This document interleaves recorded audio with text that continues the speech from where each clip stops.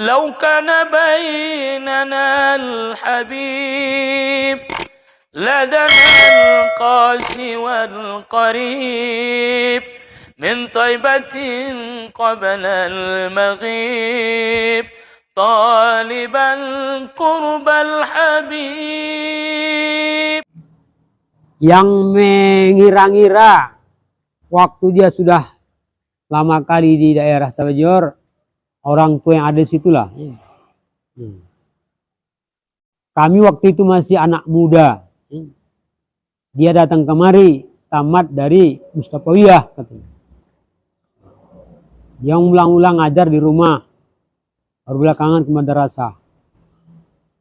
Lama dia ngajar di madrasah, sampai mungkin istrinya itu masih yang dipermuridnya di madrasah.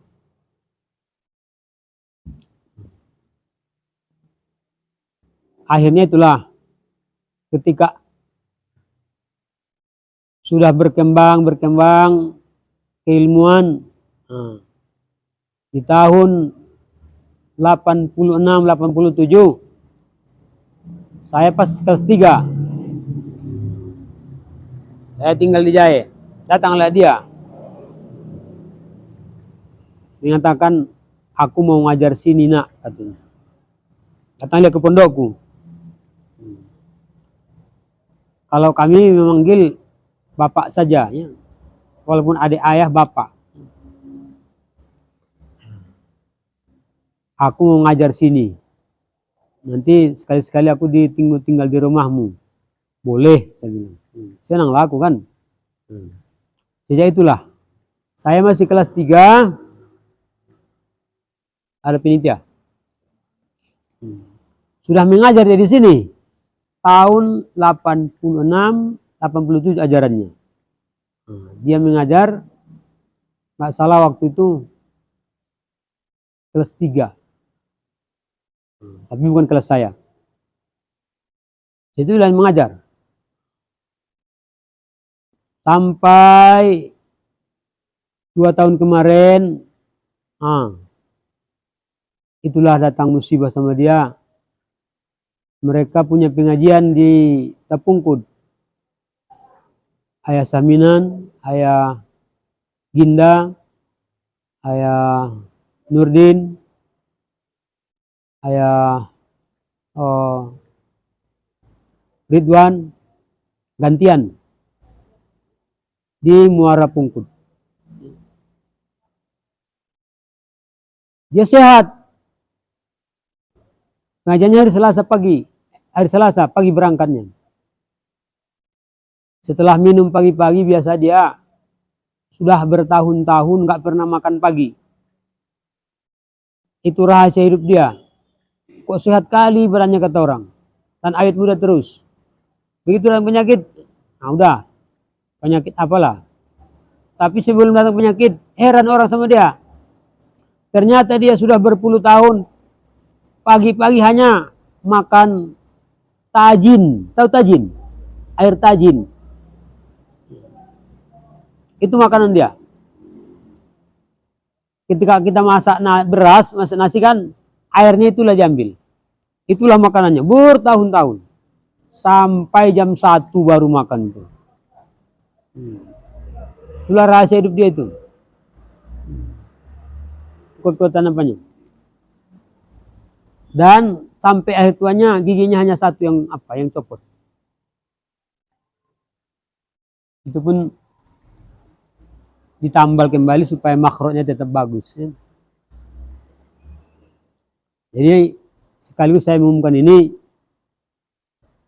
bagi kamu itu keguruan kita tetap bersilsilah. Setiap guru kita masih guru kita walaupun kita nggak langsung belajar sama dia. Asal sudah mengajar di sini kita anggap silsilah keilmuan. Bagi kamu yang masih ada besok di sini, saya harapnya bagi yang mampu supaya datang ke Sabajor, kesembayangkan bersama-sama. Sabajor Huta Beringin ya.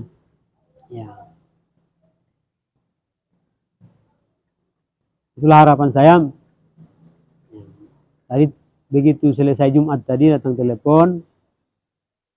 Malam saya menulis itu. sudah berpulang ke rahmatullah dengan ucapan innalillah wa inna ilaihi raji'un. Dan karena mungkin sudah sore,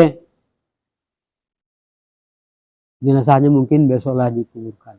Biasanya siang hari ya. Nah, jadi walaupun kita malam ini penutupannya atau besok? Malam ini? Jam berapa? Hah? Ayo bicara. Ya. Jadi kalau masih ada yang di sini besok, mohonlah ya turut menyembayangkan besok dulu ke Sabajor bagi yang lapang waktunya. Kalau sekarang sudah beredar di WA kan, salah seorang guru kita meninggal. Semangat mengajarnya itu, andaikan ada yang menyorong dia kemari waktu dia sakit, dia tetap mengajar katanya. Tapi nggak mungkin begitu jauh kan.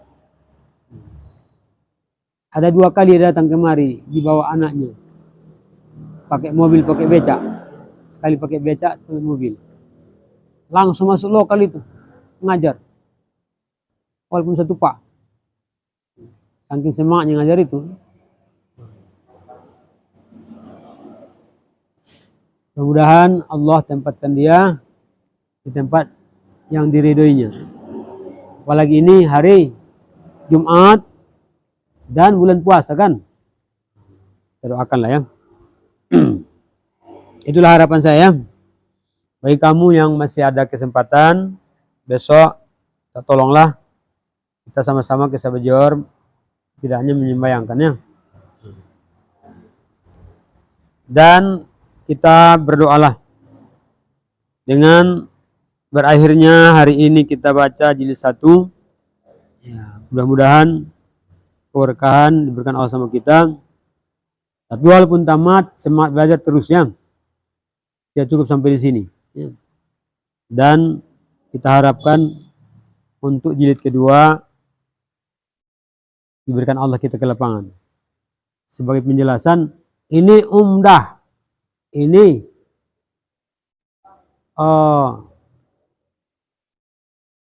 mana? Iya. Ini parun. Ya. Dalam hal bacaan yang berkenaan dengan jilid ini, jilid 1 ini pokok semua ini. Dalam susun kata. Ini yang pokok. Kita belajar ini. Jadi mansub sampai akhir itu adalah cabang. Pendukung saja. Nah, ini yang paling penting. Ini mohon diulang-ulang ya. Biar dapat pemahamannya. Hari ini terakhir di Fauzan. Ya. Tadi pun saya karena udah janji semalam langsung kemari. Sebenarnya saya harus di Sabajur ini. Telepon dari saya. Sebagai anak daripada abangnya saya yang tertua sekarang. Walaupun di situ ada anak bapak saya ini masih lengkap semua di situ. 4 laki-laki, 3 perempuan mereka situ. Alhamdulillah di situ semua. Tapi mereka pasti mengharapkan saya ada di situ. Rencana saya tadi siap buka nanti ke sana dulu ntar, baru kejar nanti apanya perpisahannya. Sini kita buat apa di Pusaka? Pusaka kan? Jadi kalau saya terlambat dikit nanti jangan jangan sanksi. Insya Allah saya kejar nanti.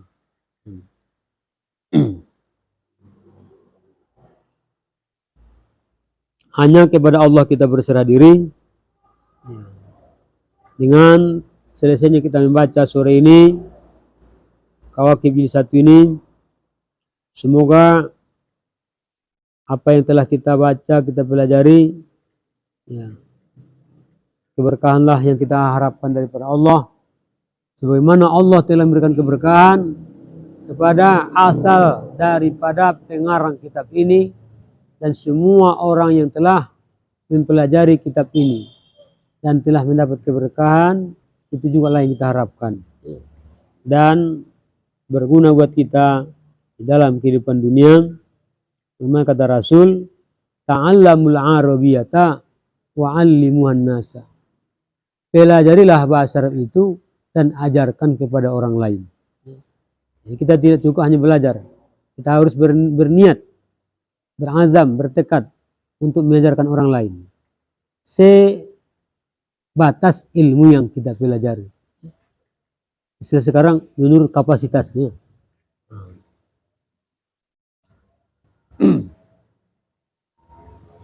Ada yang perlu kita pahami sedikit. Di dalam kitab Tashilul Ma'ani, kitab Nahwu juga, tapi dia itu menerangkan fungsi-fungsi huruf saja.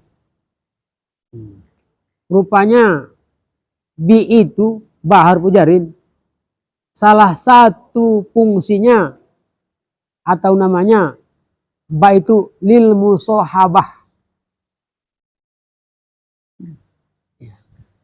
Arti musahabah bersahabat, berkawan, berkongsi, beserta, sama. Banyak artinya itu. Bahasa Arabnya musahabah. Tapi terjemahannya bahasa Indonesia bersahabat, berkawan, berkongsi, berdekatan, berdampingan, sama-sama, bisa itu.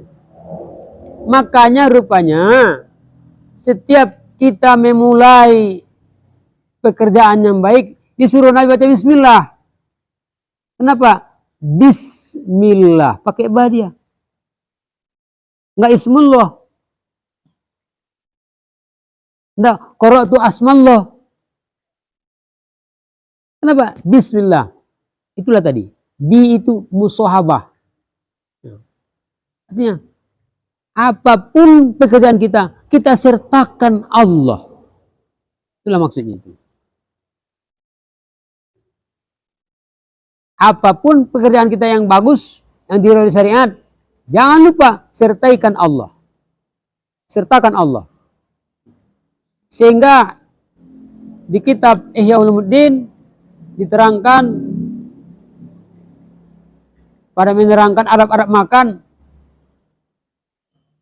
makruh seorang makan kalau nggak baca bismillah. Udah paham gitu itu kan? Bukan hanya di situ. Orang yang makan tanpa bismillah, makanan itu di bagian setan, katanya. Yang kita makan itu bagian setan. Itulah makna itu. Karena kita tidak menyertakan Allah di situ. Maka ada anjuran ketika kita lupa di awal, baca di akhirnya. Bismillahi awwalahu wa akhirahu. Gitu. Bisa saja kita lupakan, manusia biasa. Jadi tetap baca di akhir nanti. Jangan di tengah-tengah. Enggak dianjurkan kita bismillah ketika sadar di tengah makan, dia biasa, enggak. Di akhir. Dia ucapan bismillahi awwalahu wa akhirahu. Jadi kita sertakan kembali perbuatan itu. Makanya setiap apapun yang kita kerjakan, baik itu yang ringan, yang berat, apa saja, jangan lupa bi. Nah, itu dia. Min ila an ala. Min ila an ala pi ba. Itulah yang keenam itu. Min ila an ala pi ba. Huruf ba itu. Musahabah maknanya itu. Menyertakan, bersahabat, berkawan. Jadi kau kawanmu yang makan itu, nggak lupa kau sama Allah maksudnya. Apalagi rezeki yang kita makan itu rezeki dari Allah. Nggak wajar kita lupakan. Begitulah semuanya pun. tapi tetap harus yang diridhoi syariat. Yang kedua, secara tauhid kita tidak ada daya dan upaya. Makanya kita tetap ingat sama Allah, baru kerjakan sesuatu. Setinggi apapun hasratmu itu, jangan kamu menggebu-gebu. Jangan langsung terjun. Bismillah. Berarti kau anggap kau ini tak ada daya kalau tidak ikut dia. Itulah maksudnya. Itulah salah satu makna bi itu ya. Salah satu maknanya, bukan itu maknanya. Karena setiap huruf itu banyak maknanya. Fungsinya. Itulah hebatnya ulama itu. Membahas pelajaran itu dan khususnya bahasa Arab itu ya. Dan disitulah i'jaznya bahasa Arab itu ya. Artinya i'jaz itu walaupun sedikit kalimatnya itu kita baca dengan sastranya yang tinggi, dia sudah dalam maknanya. Apalah sarahnya? Qara'tu asmallah. Saya makan baru bismillahirrahmanirrahim. Tapi tak mungkin juga ya Allahu gitu. Qara'tu asmallah, Allahur Rahman, makan kita. Tapi bukan itu yang dibuat ulama. Karena di situ bi-nya itu sangat berperan, sangat jauh. Baik dalam interaksi kehidupan, bahkan ketauhidan dan ketasawufan, adab. Nggak mungkin kita gegabah makan aja, padahal yang bikin makanan itu siapa? Kan Allah. Ada tasawufnya, ada tauhidnya, ada fikihnya. Itu interaksi kehidupan. Jadi walaupun ada duitmu, janganlah anggap itu karena kau punya duit lalu makan gitu. Tetap kita tawadu. Sumbernya semua kemampuan yang diberikan Allah. Begitulah dalam belajar pun. Tidak ada kemampuan kita untuk menyerap ilmu, enggak. Tidak. Dan jangan anggap ilmu itu berdasarkan kejeniusan, kepintaran, enggak. Khususnya ilmu agama ya. Berapa banyak ulama yang mulia, yang karomah, dasarnya enggak pinter. Tapi mereka yakin, bukan mereka yang mencari ilmu itu, bukan mereka yang membuat mereka pintar, tapi mereka hanya sekedar berusaha. Karena ilmu itulah perbendaharaan Allah. Al-ilmu nur. Ilmu itu cahaya Allah. Wa nurullah la yuhda li'as. Makanya salah satu pantangnya kalau mencari cepat-cepat dapat ilmu, ya hentikanlah maksiat. Ya, jaga diri dari maksiat. Itu pantangnya salah satu. Jangan sampai ada kesombong. Karena dia cepat nangkap pelajaran, rasa pintar, cepat paham. Lalu seenaknya aja. Tidak ada sopan, tidak adab. Bahkan suka berbuat salah. Menganggap dia bisa cepat hafal. Jangan ada seperti itu, namanya sombong itu. Ilmu Allah Ta'ala tidak boleh sombongkan. Siapapun dia. Karena kalau Allah murka sama kita, hanya bilangan detik habis semua kan. Walaupun dia sudah berpredikat, ada titel akademiknya, misalnya doktor, profesor, dan sebagainya. Kalau Allah menghendaki murka sama dia, bilangan detik habis ilmunya itu. Walau bertahun-tahun dia cari.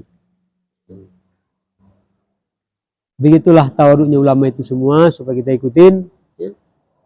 Khususnya jangan anggap leas dengan ucapan bismillah. Itu sudah dalam maknanya. Kan ada ceritanya itu kan. Seorang suami muak melihat istrinya asal kerja bismillah. Bismillah itu aja. Ini padahal dia bagus, tinggi keimanan Allah. Suaminya ini kurang beriman. Ya, gondok dia, marah dia. Tapi dia marahnya meninggalkan istrinya. Alasan merantau. Setelah sampai di rantau, dicarinya lah ular besar, dimasukkan ke peti. Tujuan dia, begitu nanti dibuka istrinya, biar dipatoknya dia biar langsung mati. Benci sama istrinya. Asal ngomong bismillah, bismillah terus. Dia sangka bismillah itu kalimat biasa, kalimat remeh. Ada rupanya begitu. Benci suaminya begitu. Mungkin ini kisah ini walau alam benarnya, tapi mengandung iktibar perbandingan buat kita. Dikirimnya lah peti ular ini ke rumahnya dengan tujuan supaya istrinya diterkam ular ini, peti ular ini biar mati, biar selesai. Setelah dikirimnya dengan alamat lengkap, yakinlah dia sampai. Memang sampai. Datanglah seseorang membawa sekarang paket ya. Bawa paket ke rumahnya. Berkarton lah kan. Bu, ini rumah ibu yang bernama ini. Iya saya itu. Ada apa? Ada kiriman bapak. Ada suami bapak ya yang merantau. Oh iya betul. Ada kiriman bu ini.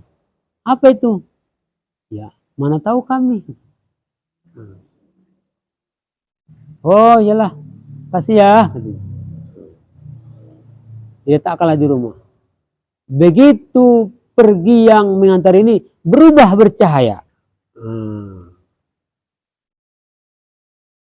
Begitu pergi yang mengantarnya ini berubah bersinar dia.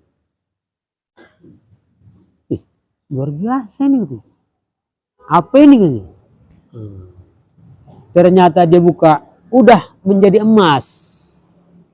Satu gulungan besar. Jadi emas dia. Apa tidak mencerahkan saya? Wah, luar biasa suamiku ini gitu. Dari mana dia berusaha begini gitu? Ya dia tak ada husnuzon terus baik sangka. Ya, tak lupa tadi Bismillah gitu kan bacanya. Dibuka, wah, ternyata emas. Entah keberkahan Bismillah dia itu, entah memang ditakdirkan Allah di jalan, tapi itulah dia tak pernah Bismillah. Husnuzon dia, syukurlah berarti suamiku sudah bagus kerjanya katanya. Dikepingnya lah dikit emas itu, dibawanya lah ke toko untuk dijual. Heranlah yang punya toko ini, dari mana kau dapat emas sebanyak ini? Ya, ada kiriman suamiku. Oh, di mana? Di rumahku. Ya, satu gulungan besar. Biarlah, dibayarlah yang dikeping ini. Dibayar uangnya banyak. Berpikirlah dia, biar nanti suaminya senang, disuruh bangunlah rumahnya. Gunakanlah uang itu kepada membangun rumah. Dengan harapan nanti semakin senang suaminya. Di lain pihak suaminya berpikir, ya biarlah awal-awal ini mati dia, nggak usah pura-pura nggak tahu dulu. Nanti lama datang baru, kan susun saja kan, jelek sangkaan sama istrinya. Biarlah awal-awalnya ini meninggal, tak usah lu awak dulu, nanti curiga pula orang. Pura-pura nggak tahu dulu. Ya, dia agak lama lah dia datang, ya siap-siaplah bangunan. Begitu siap bangunan, udah berubah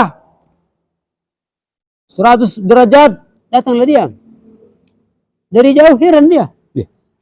Kok ada bangunan? Aku nggak salah jalan nih. Ini di rumahku. Tapi dia nggak apa, nggak berhenti. Tak habis pikir dia, kok bisa ya? Gitu. Bukannya mati rupanya. Atau ada orang lain yang memilihnya, yang tinggal sini. Dengan sedikit sanksi bertanya dia kepada jiran tetangganya yang dulu. Ini rumah baru ini rumah siapa ya? Kok tanya bapak? Katanya. Itu kan istri bapak yang bangun. Oh, disangkanya istrinya udah meninggal, lalu itu dibeli orang, dibangun. Kok ditanya bapak seperti itu? Kami tahu di sini bapak dapat memberikan kiriman pada ibu. Ibu itu menggunakannya membangun.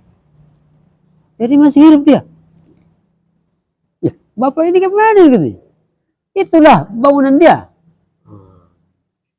Disitulah malu sendirilah dia kepada Allah. Sadarlah dia. Ya. Begitu hebat kekuasaan Allah itu. Akhirnya dengan paksa diberanikannya juga lah masuk ke rumah itu. Sudah sampai disambut istrinya bagus. Begitu dia datang, ketok pintu, ya, dan di belakang, Bismillahirrahmanirrahim. Dibuka pintu, masih bismillah juga. Oh, abangku datang katanya. Ya. Syukurlah abang sudah sampai. Kiriman abang yang dulu sudah saya pergunakan. Inilah rumah kita katanya. Malu sendirilah dia. Akhirnya situlah dia sadar sendiri betapa tak boleh kita benci kepada sesuatu sekecil apapun. Saya lihat Allah itu jangan dibenciin. Karena belum tahu kita. Asal sudah disyariatkan mungkin siapa yang ikhlas mengerjakannya, mungkin yang kecil itu yang membawa dia bahagia. Bahkan sampai ke hadapan Allah. Itulah kisahnya Bismillah itu. Salah satu daripada poin pelajaran kita ini. Mudah-mudahan jadi pelajaran buat kita. Untuk lebih termotivasi, tersemangat kita, jangan berhenti sampai di sini. Semoga Allah berikan kita kelapangan waktu lagi, besok ataupun tahun depannya. Kalau kau tanya ayah Libasa, berapa tahun dia ikut muzakarah, nanti pasti berbilang tahunnya. Dia belum kawin waktu itu. Kalau saya sebelum kawin nggak pernah ikut. Setelah baru-baru kawin pun nggak ikut. Tapi setelah belakangan ini saya sadar sendiri. Pikiran saya tak selamanya mereka hidup. Kalau mereka pulang, lalu bagaimana saya pikir? Itu termotivasi saya terdorong. Karena ada banyak contoh. Daripada guru kita, ulama kita yang senior, satu demi satu pulang. Akhirnya terpanggil saya. Walau hanya kadang-kadang yang saya ikutin 3 pak, 4 pak. Tapi tetap saya paksakan, saya usahakan hampir 4 tahun terakhir ayah itu sebelum meninggal saya ikuti itu. Karena saya lihat, saya pikir kalau nanti ayah ini pendek umur, siapa lagi? Maksudnya siapa lagi tempat kita bertanya? Bukan siapa lagi yang ngajar, enggak. Dari mana kita ambil nanti? Mumpung pula. Alhamdulillah walaupun enggak banyak, dapat saya juga sedikit. Mungkin banyak guru-guru kita sini, tapi enggak semua terpikir begitu. Jadi kamu masih lapang waktunya, masih panjang, ya. Masih jauh perjalanannya. Ayah Habib tamat di sini mengabdi di Royhan.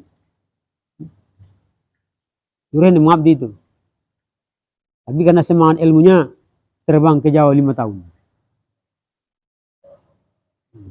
Jadi kalau mereka yang mengerti, kalau memperdalam Nahwu Shorof ke Jawa, bukan ke Timur Tengah.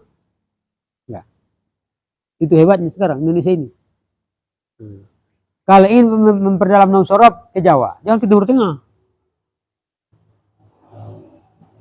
Ke Timur Tengah itu dianggap sudah pandai semua.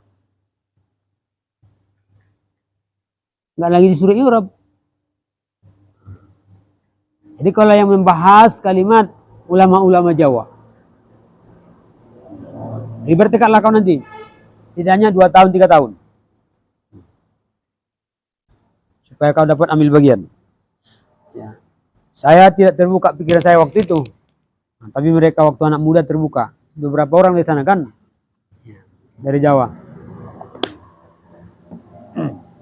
Makanya anak saya yang besar saya sekolahkan di Jawa. Ya.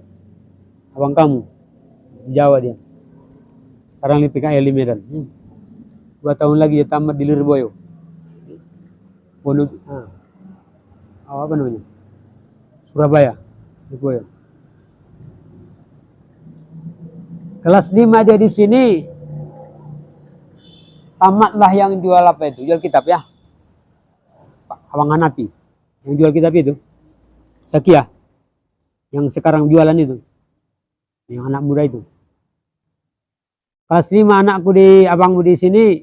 Tamatlah Bang Hanapi itu di Lirboyo. Tapi dia ke sana setelah tamat di sini.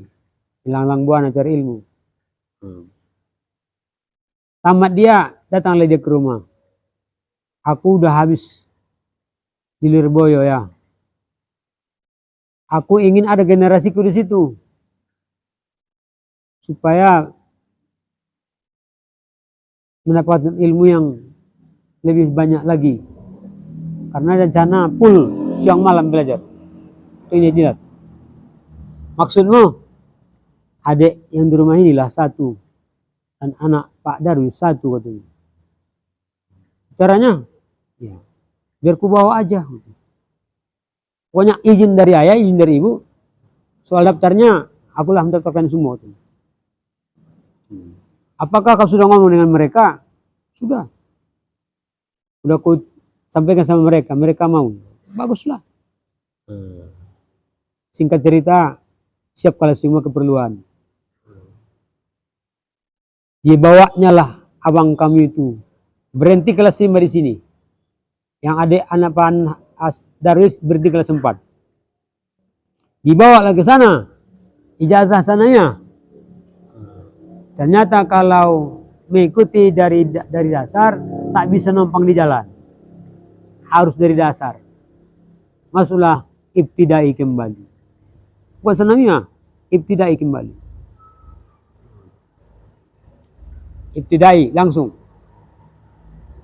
Ternyata di sana ibtidai bukan anak-anak. Walaupun ada yang anak-anak sebagian. Kebiasaan. Yang tahun SMP pun ibtidai, tahun SMA pun ibtidai. Kalau mau ambil dari dasar. Mereka setuju. Makanya lama mereka di sana. Bayangkanlah. Udah tamat kelas 4 di sini, masuk lagi kelas 1 di sana. Baru mendasar lagi. Tapi alhamdulillah keilmuannya ya lumayanlah. Karena mereka siang malam dapat belajar. Sedikit semangat untuk kau. Saya katakan kalau memang keahlianmu, semangat untuk ilmu agama di sini belum cukup ya. Cari untuk mengembangkan, memperdalam ilmu agama demi kutubut turos namanya, kitab-kitab klasik hanya ada di Jawa. Walaupun ada di Kalimantan tapi terlalu jauh kan. Nah, ada salah satu orang guru kita dari Kalimantan juga. Terlalu jauh ke sana. Jawa masih anggap satu pulau kan. Satu pulau jadi seberangin. Nggak sampai 2 kali. Itulah sekilas berikan support berkamu ya. Supaya semangat terus. Ya.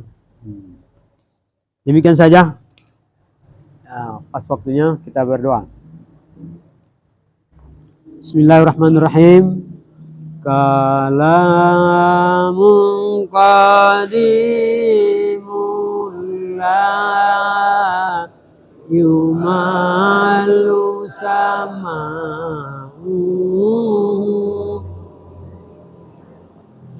tanazzaha an qaulin wa fi'lin wa niyati wa niyati bihi astaqi minkul hidayah wa nuruhu dalilul liqalbi inda jali wa hayrati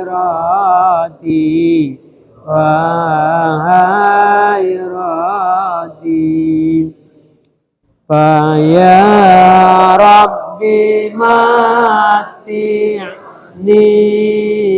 bisir hurufi wa nawir bihi qalbi wa sam'i wa muklati wa muklati a'udzu billahi minasy syaithanir rajim bismillahirrahmanirrahim rabbi adkhilni mudkhala sidqin wa akhrijni mukhraja sidqin waj'alni min ladunka sultanan nasira walhamdulillahi rabbil alamin. Oke. Allahumma salli ala Muhammad ya Rabbi salli alaihi wasallam. Allahumma salli ala Muhammad ya Rabbi salli alaihi wasallam.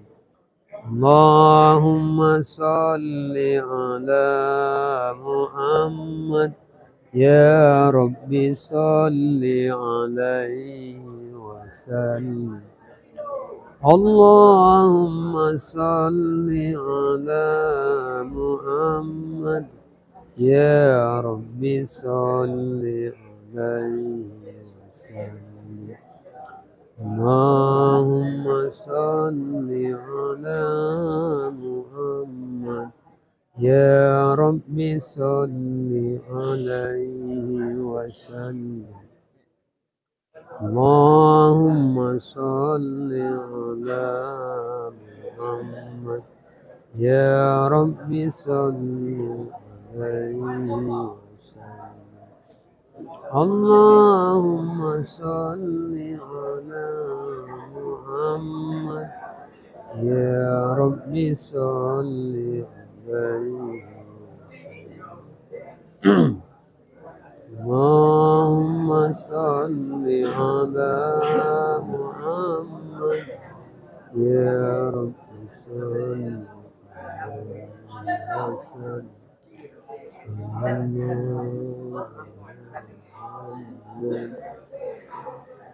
Allahumma salli ala Muhammad ya Rabbi salli alaihi wasallam. Allahumma salli ala Muhammad ya Rabbi salli alaihi wasallam. Allahumma salli ala Muhammad ya Rabbi salli alaihi wasallam.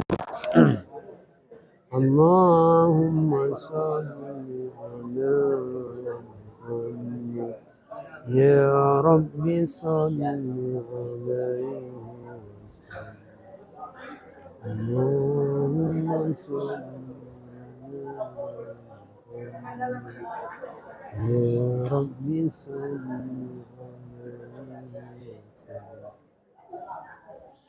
اللهم صل على محمد يا رب صل عليه وسلم اللهم صل على محمد يا رب صل عليه وسلم اللهم صل على محمد يا رب صل عليه وسلم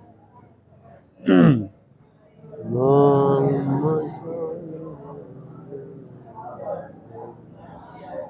يا رب صل عليه